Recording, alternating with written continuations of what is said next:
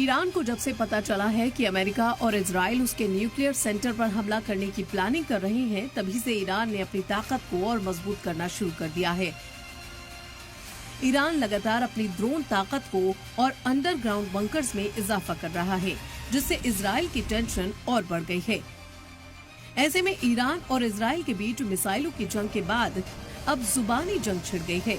दोनों ममालिक अब एक दूसरे को खुलकर धमकी दे रहे हैं और हमला करने की बात कर रहे हैं। मेजर जनरल जब्बारी ने वार्निंग दी है कि ऑपरेशन ट्रू प्रॉमिस 3 सही वक्त पर पूरी तैयारी के साथ और इजराइल को तबाह करने, साथ ही तेल अवीव और हाइफा को जमींदोज कर देगा। ईरान की धमकी देते ही इजराइल ने भी बड़े बड़े दावे करने शुरू कर दिए। अमेरिका की मदद से खुद को सुपर पावर समझ रहा इजराइल भी अब ईरान को धमकी दे रहा है।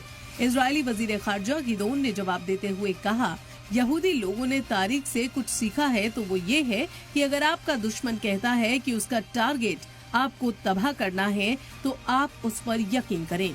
इसीलिए हम तैयार हैं। बता दें आपको कि ऑपरेशन ट्रू प्रॉमिस 3 को ईरान पहले भी आजमा चुका है। साल 2024 में अप्रैल और अक्टूबर में ये ऑपरेशन ईरान चला चुका है। इजराइल पर पहले 2 बार इसी ऑपरेशन के तहत हमला किया गया, जिसमें इजराइल को नुकसान उठाना पड़ा।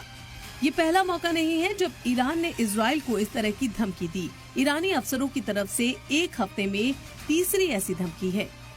IRGC के deputy commander brigadier general Ali Fadavi और IRGC के एयरोस्पेस फोर्स के commander brigadier general Amir Ali Hajizadeh ने भी ऑपरेशन ट्रू प्रॉमिस 3 के तहत इजराइल को तबाह करने का ऐलान करते हुए इसी तरह के बयान जारी किए हैं।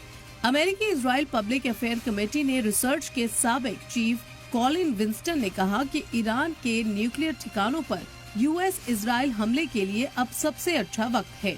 जेरूसलम पोस्ट ने विंस्टन के हवाले से कहा कि हिजबुल्लाह और हमास अब इजराइल के लिए कोई खतरा नहीं है।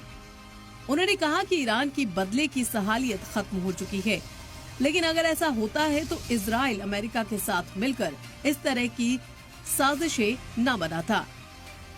ब्यूरो रिपोर्ट, सलाम TV।